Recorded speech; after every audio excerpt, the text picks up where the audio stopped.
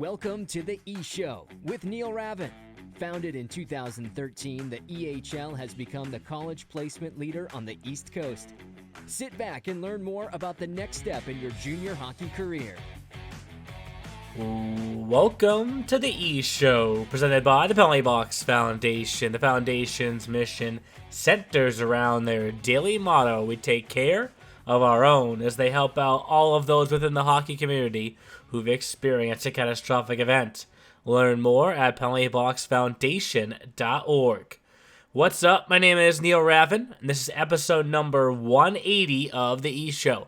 On this week's episode, we feature the newest team in the Central Division, the Providence Hockey Club. Jake Basile chats with Jeff Perreault as he gears up to lead Providence through their inaugural season in the junior ranks. After spending the 22-23 season with the Philadelphia Hockey Club and previous years in the USPHL, Perreault brings a wealth of junior hockey experience to the league's newest program. Jumping into the Central Division, Perreault knows the favorite at the top and hopes his team can be the first to knock off the Railers Junior Hockey Club up in Worcester. Hello, E-Show, and welcome into another installment of our Coach's Corner chat. Today, we are back in the Central Division with Jeff Perreault, who is head coach and general manager of Providence Hockey Club. After a year leading Philadelphia Hockey Club into their first year of EHL hockey, he will be tasked with bringing Providence into their first season of junior hockey. Perreault has a long history of working in junior hockey, both here and on the East Coast and in Colorado. So, Coach, thank you for taking the time to be with us today. Thanks for having me, Jake. How's it going? Everything's going well. It's been pretty quick, huh? Yeah. From the end of last season and now we're a month away. No, I don't think it can come soon enough. So we'll start off with the past season and your first in the Eastern Hockey League. Philly Hockey Club comes to the league from the USPHL into the EHL's most competitive division. Overall, how do you think the transition was? The transition went smoother, I would say, with less resistance than I thought it would have. I was really happy and a little bit surprised with the quality of play on the positive side coming from the USPHL previously, with some experience on that level, the depth of the league, the amount of guys that all the teams sent on to NCAA. But the depth of the rosters for sure, and the quality of games, and everybody beating everybody. I like, as far as on the developmental side, it's nice not playing in games at 10-0 and 8-0. It was everybody beating everybody. It didn't matter if you played a game and it was 4-1 the night before, you're losing 2-0 the following night. And I think on a developmental side for the players in the league across the board, it's a valuable lesson for them moving on, that they can't take nights off when you get to the top of the pyramid and you keep going higher and higher. There's no nights off. There's no days off in practice. There's no nights off in games. You have to play all three periods, every shift, because when you took time off, you usually great to teach in that locker room. And I think the players bought into it, and not just on my team and the players that I was able to coach. It was every team. The coaches in the league do a fantastic job. The quality of the teams from the first line to first line to the fourth line. A lot of teams seem to roll the lines, and you weren't there as a coach just waiting, going, here we go. The quality was just top to bottom. I couldn't have been happier with the quality of play in this league. Well, we're happy to hear that, and you did mention that we're less than 2 months away. So we'll start off with Philadelphia's really strong start to the year and how great they looked at the Worcester showcase. Do you think your guys were playing with a lot of motivation in terms of being new to the league at that point? No, I couldn't have been happier with the lineup we had, or the roster that we had. We had a lot of good hockey players on that team. I wouldn't even say top to bottom. We really didn't have top to bottom because didn't have many scratches.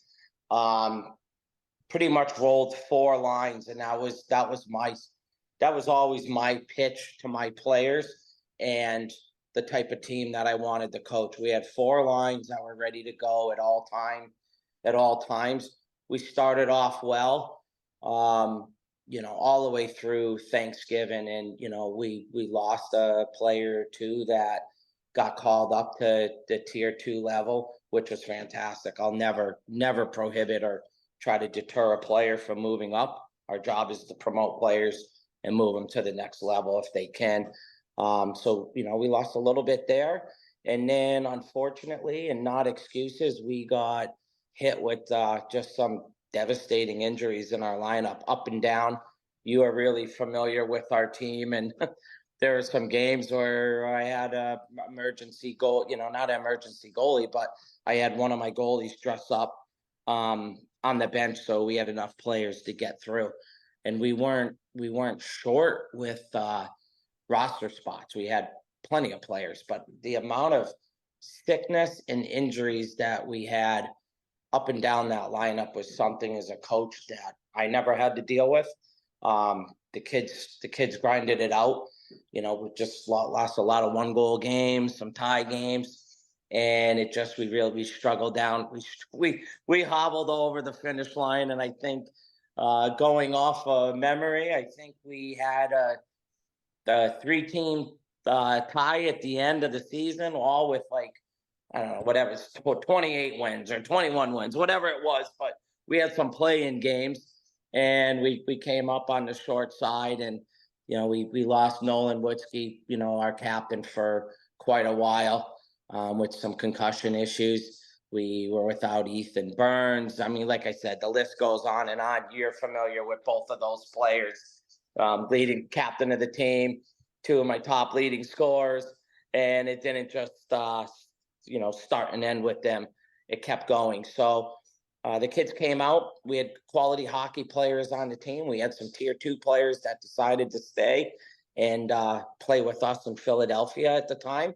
And we had a good hockey team, and I think everyone knew it. And I would go in any season with those 25 players I had, give or take 1 or 2, any day of the week. It was an honor to coach them, and it was probably the most satisfying year I had as a coach. It was fantastic. Philly was a great place.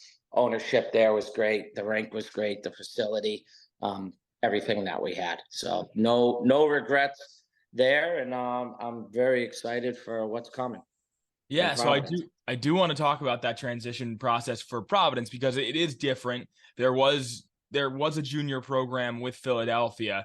So how different has it been trying to bring Providence into the junior hockey world?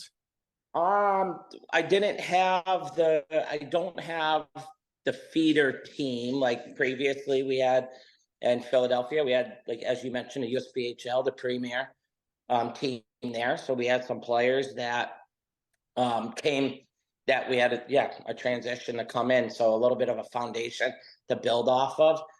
Adam Bartholomew was with me as well, and he was a great asset. And, I think everybody in hockey seems to know Adam in this junior world here. He's been around a long time. So, and then with my contacts, whether it was out in BC, with the Troy mix, he's now with Wenatchee, and Ryland was with us. Ryland Firster was with us at NCDC. So there's plenty of players that we picked out from there that I'm using to build our team this year with the relationships we have. Few players have decided, I guess they're, they're coming with me up to Providence, which I'm extremely happy about. The one big difference, last year, I'm a Massachusetts guy. So originally when I took that job, a few people were like, it's in Philly, it's a little bit harder to recruit. I didn't think it would be. I think I was used to more traveling from being an ex-pro ref back in the day, and in Colorado covering a little bit more miles on the highways. But the difference of trying to get players from the Northeast to come down to Philly was more difficult than I thought it would be. We had a few players from that area, but all of a sudden, being in Providence, the phones and emails have kind of rung off the hook, and the emails have come through from quite a lot of players saying, Coach, we're excited to come here because it's obviously in Providence. So being, say, 45 minutes from Boston, an hour within Boston and the border of New Hampshire and Vermont and Western Mass and even, southern, northern New York. But, in the Rhode Island and Connecticut kids, we're right in the heart of the league. That our travel's so minimal, which is nice on the buses. We have so many teams within an hour of us. So that's, I think, a big, positive. And obviously, to me as a coach, the most important thing for me is college. We're for NCAA and our D3 schools, which obviously our league focuses on. I know all the coaches take a lot of pride in it. My number one job, besides developing these players playing hockey, is to get them into college. And we had a lot of success. When I say kid / player on our team that was an age out, all had NCAA offers in front of them. A couple have chosen to go ACHA in the club route, which is fantastic. As some of us know, you look at these schools like UNLV and some of these big schools out there with club, it's a great experience. Playing in front of 2,000-3,000 players at some of them, they're traveling on planes, and it's a pretty good deal, and they get to play a few more games. So I was proud of every kid having the opportunity. Every kid's going to college to play. So being in Providence, we're stuffed in between many NCAA schools. So that's a big selling point, and our ownership owning the rink, everything that we have there. Providence. So my second part of that question is, do you feel any pressure kind of inaugurating a team into junior hockey? No, I'm pretty confident in what we'll do there as a staff. We had a nice core of players that, some that are joining me in Providence, and then we had some nice signings right off the get-go of some solid hockey players, coming from Colorado Thunderbirds out in the Denver area. My relationship with Angelo Ricci and that staff, that's been a nice little ground. Wenatchee Wild with Troy Mick. Some of the advisors that I work with, we were able to sign some players right away. So I'm confident with the roster that we're going to be going into right away. Getting Nick Hansen back, or coming as one of our goalies. People that know me, I usually carry for juniors. I'm a 2-goalie guy. I don't carry 3.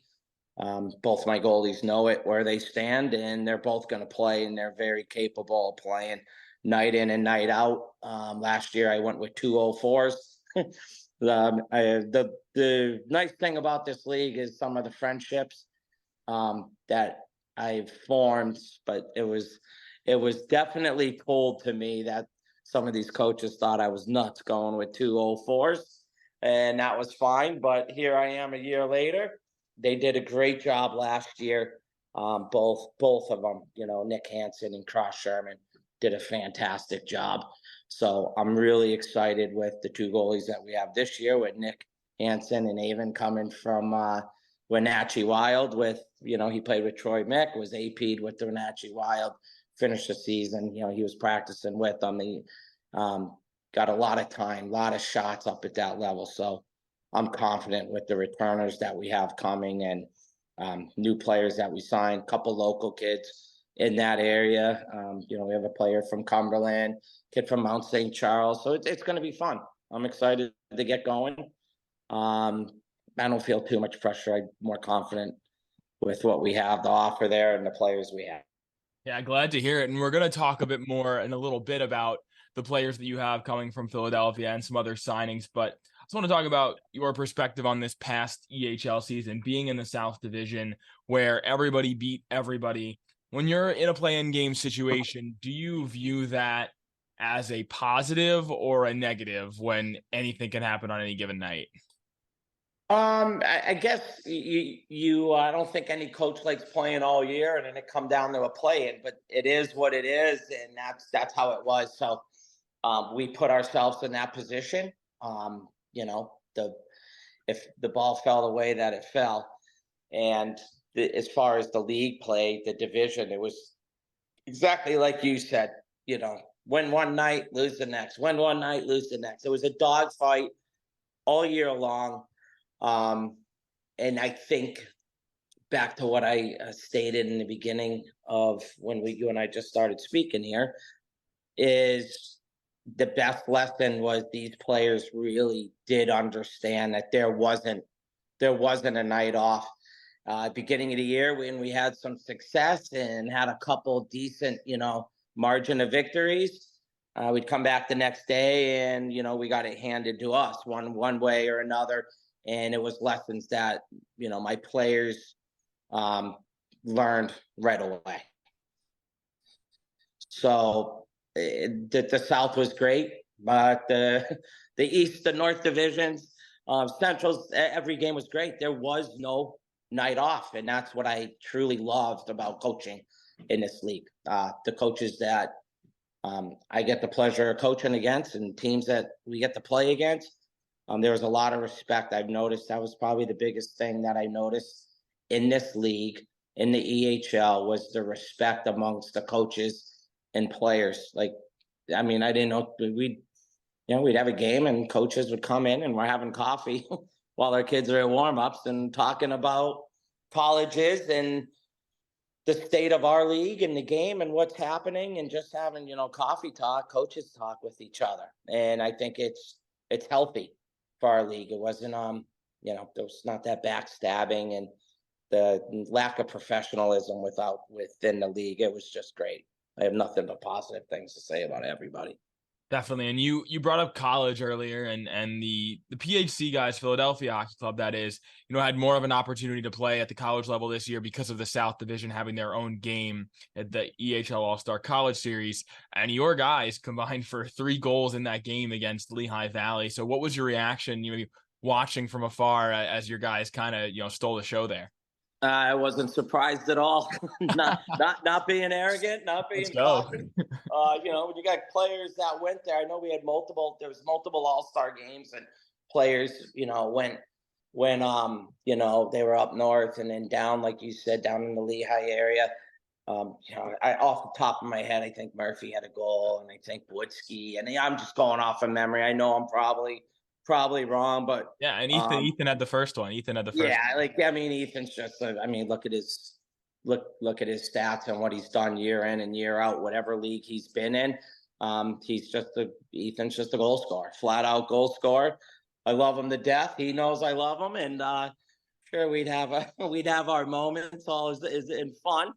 But Ethan's a goal scorer, and there's not a shot that Ethan doesn't not like. He'll take it, and he's told to, and I love him for it. So we had a lot of success there.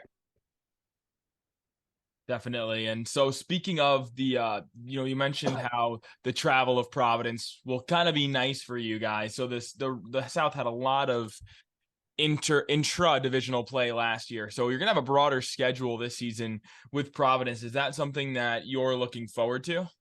I am. I definitely am. It's going to, like a lot of our games that we played last year when we played, Valley and the Junior Rangers, they were just really good hockey games. Vermont. So yeah, I just remember, a bunch of 1-goal games. DiCaprio's team with the Boston Junior Rangers. It was one of the showcases. And I think it was 1-1, and the goal at the end, with a minute or so to go, and then we were on the short end. That's for that game, and then Vermont. Seth's team, but up in Vermont, I feel like that was a 2-1 game. Like everything was just an absolute dogfight, and we keep going back to the consistency of the league and not being able to take any shift off. And those games are that's just evidence of it. You had to. And as a coach, I kind of enjoyed looking down. When I say looking down, looking, from behind my players, their backs, and seeing the energy and the exhaustion of them during a game. And it didn't take long for them to get to that point, whether it was the first period, second period. And like I said, I roll 4 lines. Everybody knows it. I tell my players when I recruit, I recruit players that can play in this age, that play at this level, and that I can trust. And we're rolling 4 lines. There's probably very, very few, if any, on my roster that didn't get multiple opportunities on special teams. I like to give everyone that opportunity to see what they can and can't do. I don't know what they did the previous year. I don't know the previous coaches and the who's, who, what, when, where, why. So when I get my players and we start, and I get to see them in all situations and give them that opportunity to succeed or to not succeed and not be on those special teams. It's all on the player, but they're going to get their opportunity. So it was great. And speaking of the Central Division, your other Rhode Island team, HC Rhode Island, will be in it with you guys. So, were you anticipating some battles of Rhode Island this year? I would certainly hope so. I know my ownership is, and I say that with all fun. One thing that's really exciting for us at Providence, basically I talk with Matt Smith, my boss. They've been over the top gracious with the way they brought me in, the facilities that they're giving us. Our locker rooms, used to be Providence Bruins and the AHL were out of that rink, and Bryant College. So we have all brand new locker rooms, wash machines. The rink is absolutely spotless. Rick runs the rink there. What I was really happy about is I think they brought this team, and not I think, but they brought this team in, and it enhances their Tier 1 program there. So we're the only junior team in that rink, which is nice. I don't have to share with the NA or, you know what I mean, any other team. Like, there's one team, and it enhances their product for their kids in their Tier 1 program that look up, and hopefully they want to play in the EHL. And with that being said, I think they gave us 12, 13 premium games on a Friday, Saturday night showcase games, which is, I think it enhances the junior experience. We all know why we have, our league has a lot of weekday, midday games for multiple reasons. It allows, the players that they choose. And so with that being said, I know we're going to have a lot of, promotional nights. My ownership talked about doing, free pizza night, free hot dog night for the youth teams, skate with the players. But it's nice for my players to be able to come on a Friday, Saturday night with the 7:30 puck drop. I'm pretty sure we'll be playing Rhode Island Hockey Club on one of them as well as many others. So, yeah, I would think us being down the street 10, 15 minutes from each other, there's going to be maybe a little extra juice flying or flowing. I'm not sure, but we'll be looking forward to it. We'll be ready, and it will be healthy for both Rhode Island and, Providence and the surrounding areas. Yeah, so absolutely. And from the EHL, we've gone from 0 Rhode Island teams to 2 in just 2 seasons. So, how much are you looking forward to being part of sort of this growth in hockey in that area? I'm ecstatic. I absolutely, I couldn't be more happier to have this opportunity. Like I said, I grew up in Western Massachusetts. I'm going on 50 years old this October, so I feel younger, but I still look in the mirror. I'm like, oh, I'm going to be 50. So I am very excited because, a few opportunities. One, or a few reasons, being from Western Mass, hockey took me out west when I played, and then also in the officiating world. Then it took me back east towards, not towards, but in the Philly area, actually, South Jersey, the Sewell area where Philadelphia Hockey Club was. I went to college. First couple of years, I went to Dean College, which is in Franklin, Mass, which is, I think, don't hold me to it, but I think about 10 miles or so from where our hockey rink is located, and our the Providence Hockey Club is located.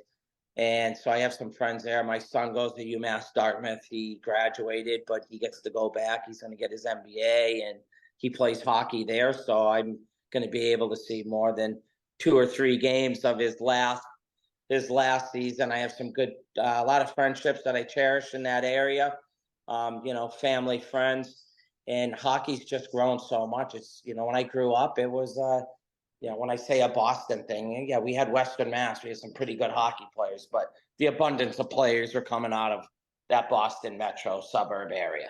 And now it's just, as we've seen throughout the entire country.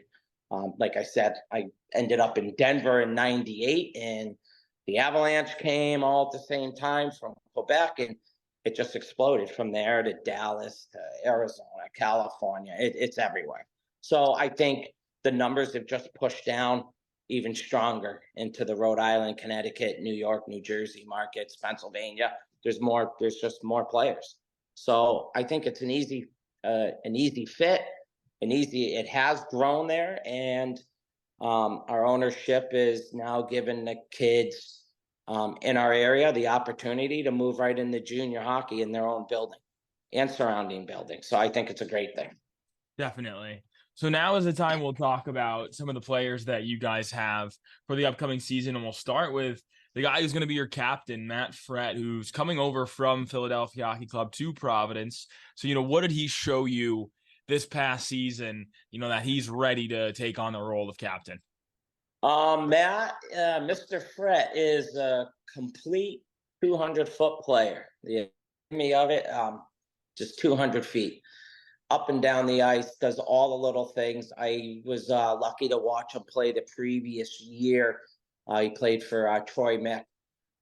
Some people know Troy, some don't. He was a legend in the Western Hockey League, drafted by Pittsburgh. He then, I don't have to go through everything, what he's accomplished in the WHL, BCHL.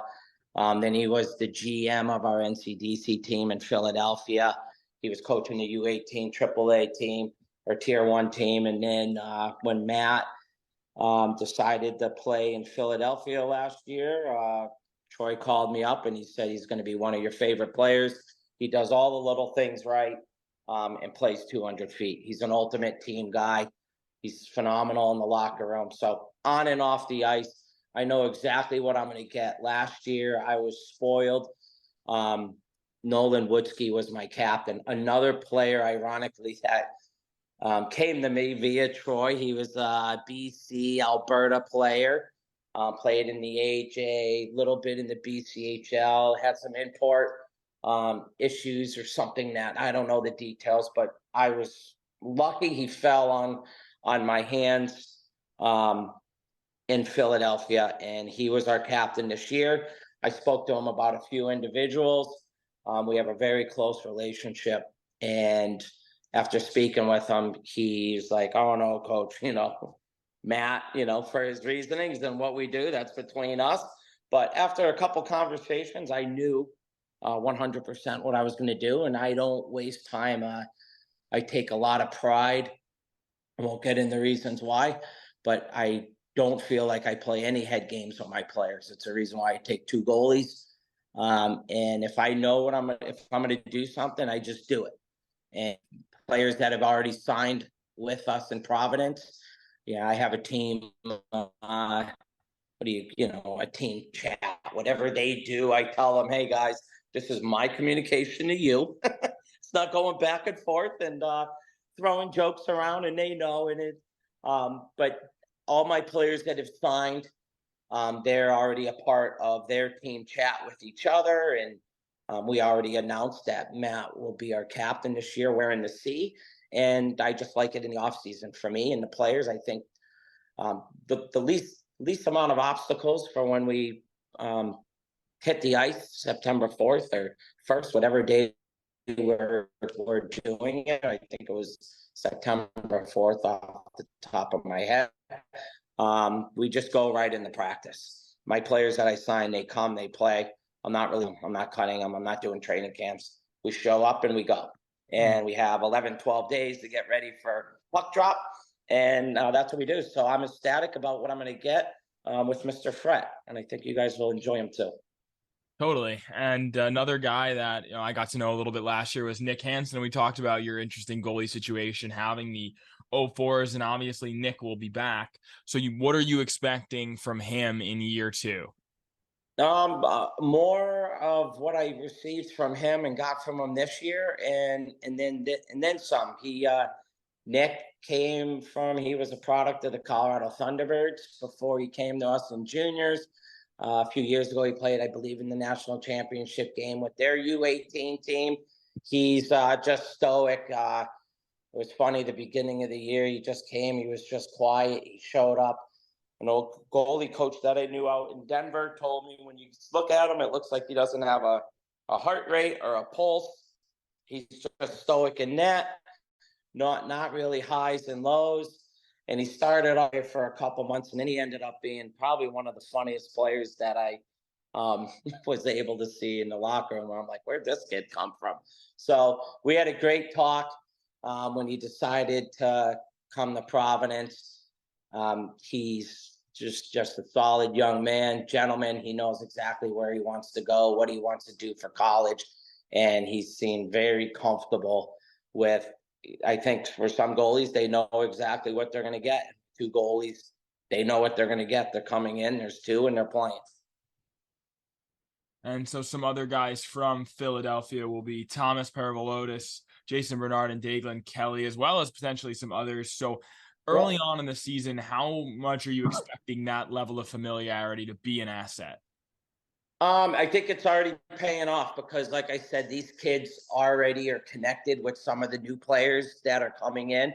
Whether they're coming from juniors or coming from the tier 1, the AAA ranks, or high school or prep school. They're all talking. I'm sure they relay information on how I operate and what I expect.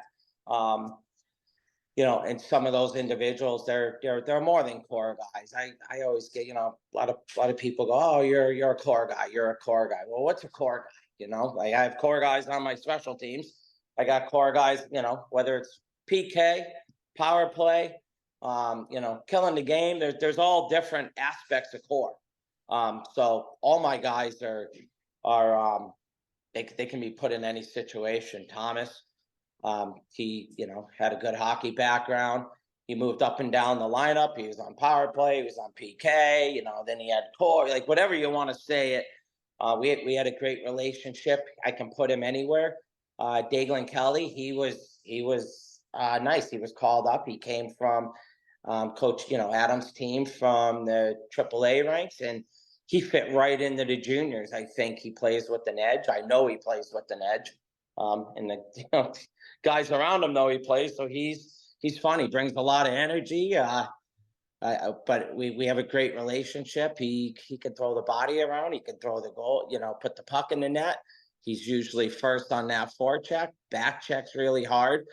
He's great. Jason Bernard, he was interesting. When I say interesting, I don't mean that disrespectfully. He came in as a forward last year. Came from the Nordiques program the previous year. Kind of had a little bit of time finding his way. And we ended up, through some trials and tribulations, I think, again, had a nice special relationship with him. And when we got decimated with injuries last year, next thing I knew, he was playing D. And all of a sudden, I was watching him. I'm like, man, he's pretty good at D. And the next thing, I have some of my players turning around going, hey, coach, Jason's pretty rock solid at D. And next thing, he's a defenseman, and we're talking an exit meetings this year and off season. And next thing, he wanted to, come play in Providence, and he's going to be a full-time D, and I'm expecting top minutes from him. It was kind of refreshing. I think being a forward, at least in his situation, he was a forward, and he got thrown on D because of the situation. And next thing, he's retrieving and moving that puck up quicker than anybody. Maybe it had something to do with being a forward. However, it worked out. But I'm excited to see what he does. And it's fun to watch the game and a player, how certain situations, and we see it all the time in sports and in life, but how one opportunity, goes away from somebody and it creates another opportunity. And next thing I have a forward that was, struggling a little bit. You're just more confidence.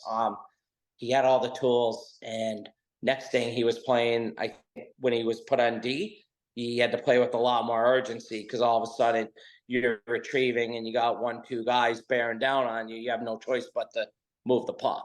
And all of a sudden, maybe it simplified the game for him, as ironic or as crazy as that sounds. But I'm excited. Like, I have him slated to come in, and he's going to play big minutes right off the get-go. He's a senior on the team, and I expect nothing but positive results for Jason.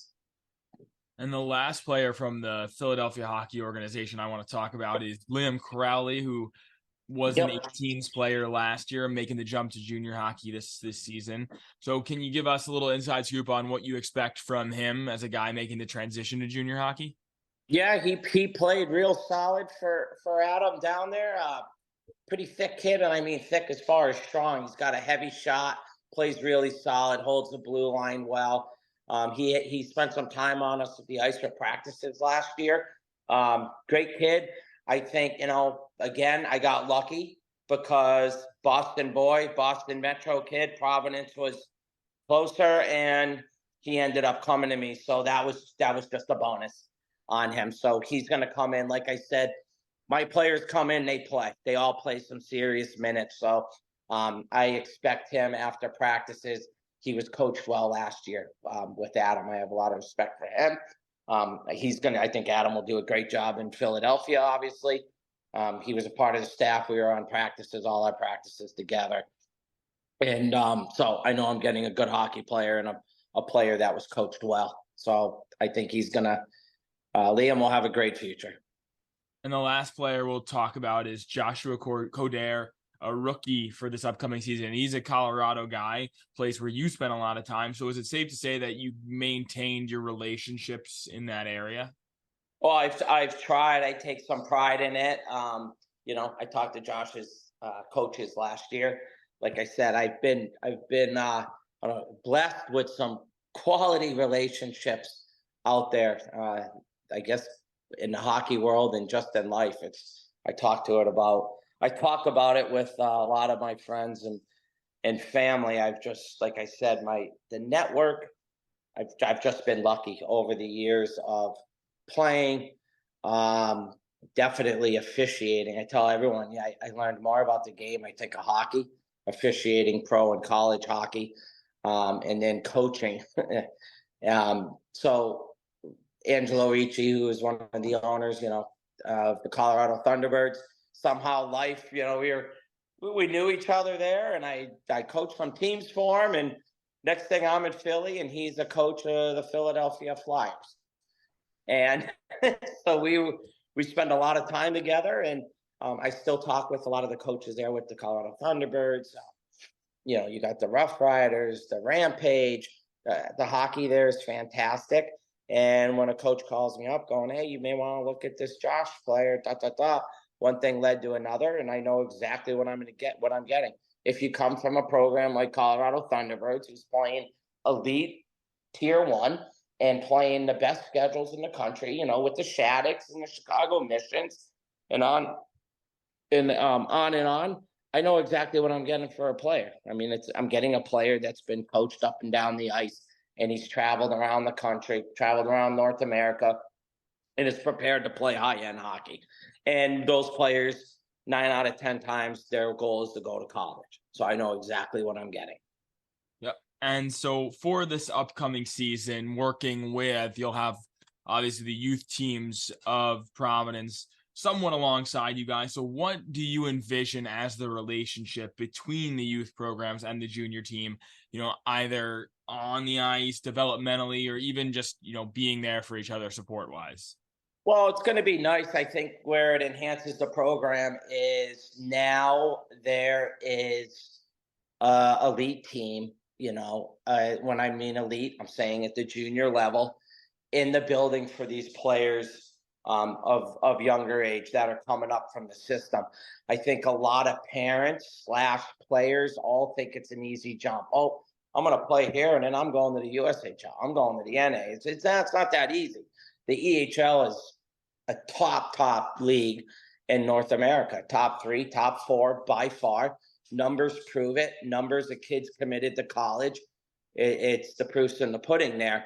So I think a lot of these parents and players, and like, again, I know I've said it a couple times today, I'm not saying it in a negative way at all, but it's a lot easier to say things than when you actually see 25 players out there and what the intensity of those practices are and the size, speed, and strength, the difference between a midget AAA game as opposed to what the quality of that product is on the EHL level.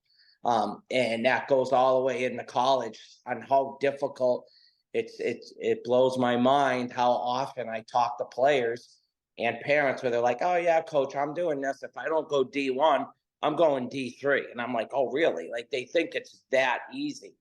And it's not. I think, don't hold me to it exactly, but I feel like I saw, I know I saw some stat this past year that it was like 1.7% of players going to D3 in the Northeast. Well, that's not a lot of spots, especially when we came out of COVID and you have players that are getting extra years of, and I had a few players this year that played for me. Oh, coach, I'm going to go D3.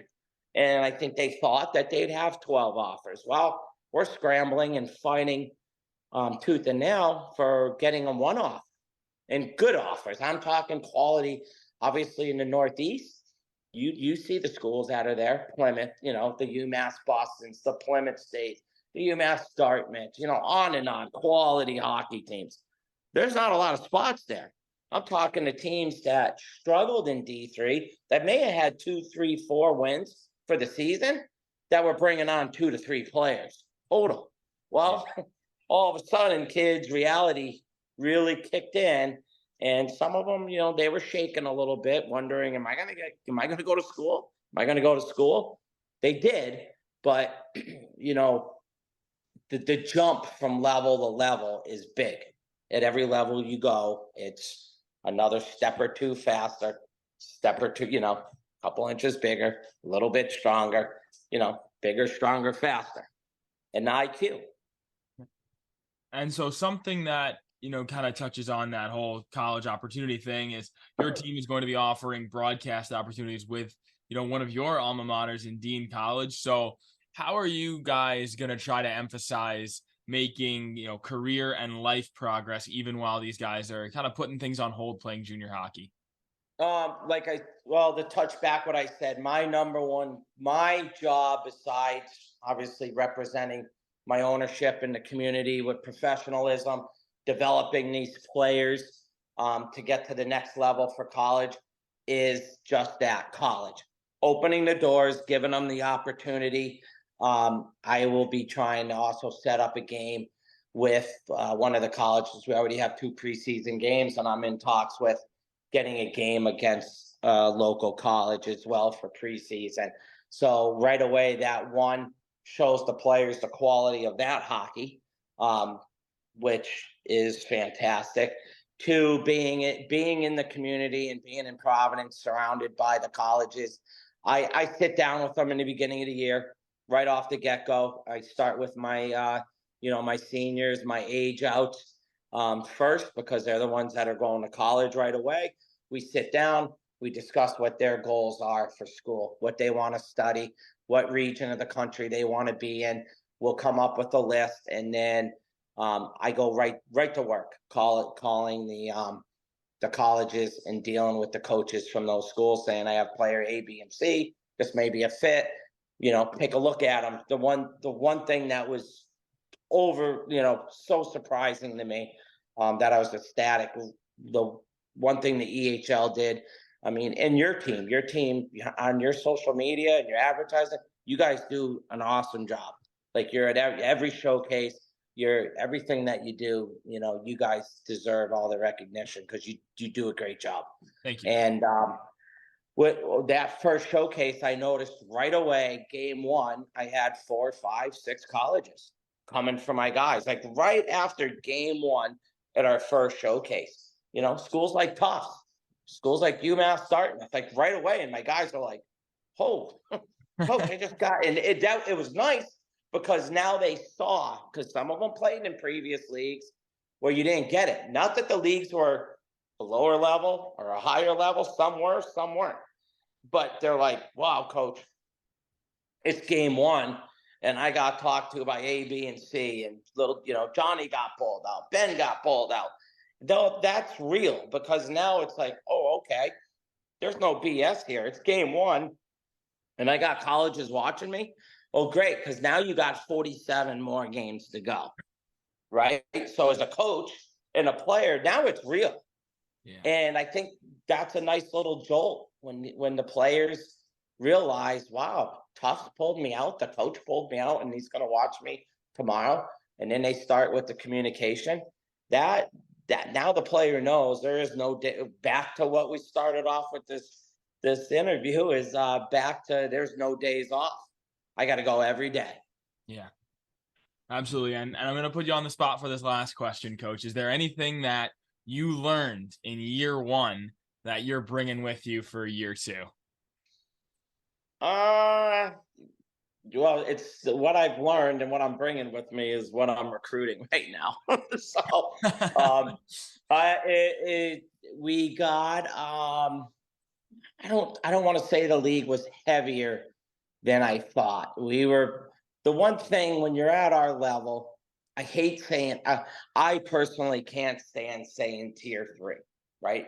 I know when I talk to Neil and everyone, because I feel like you could truly take our league and play many teams in the NCDC, and I would love to play teams in the NCDC and see how we matched up. I know all his coaches talk about it. I know you would love to see it because there's some good hockey teams in our league, and there's good teams in that league as well. I was with them a little bit during the COVID year down in Tampa, but just because I don't know, some players they pay some money. Well, so do a lot of these tier two leagues. Kids are paying money too. They're paying their carding up in Canada. They pay $1,000 sometimes for billet fees and equipment packages. There's some really good hockey players in our league.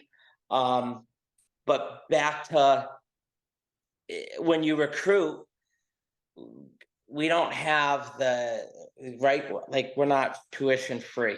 So a little bit of all of us, I think the GMs and coaches that I work with, we kind of have to work with kind of what we end up recruiting and how we get. And last year, we were fortunate in Philly. I thought we had a very skilled team. And I think if you asked any of my players, the one thing I got on them, it seemed, when it got a little tough, they became a perimeter team real quick. And I told everyone, it was kind of joking, but boy, you how many games of ours did you watch, right? We had a lot of pretty goals on that team. We were skilled, and we had some highlight goals in a lot of them, but we didn't have enough blue collar. Myself being from Western Mass, and I think the area we're going, and some of these players we got, Buscande from Mount St. Charles, and Perreault, these kids play. Daglin Kelly. So I'm bringing some more. I'm hoping to, but I'm bringing some more grit to the table this year. We're gonna be a little bit more in your face. Kind of the region I'm from. That's what I'm hoping for. Awesome. We can't wait to see it, and I'll definitely be seeing more of you because you're in the Central Division just like me. So it'll be great to see you, and thanks for joining us. Awesome. Thank you for everything, and we'll see you in a few weeks, bud. Yeah, not much longer. Take care, Coach. All right. Bye. Thanks for listening to The E-Show. Learn more at easternhockeyleague.org and follow us on Facebook, Twitter, Instagram, and YouTube. Also, be sure to subscribe and get notified when next week's podcast is released.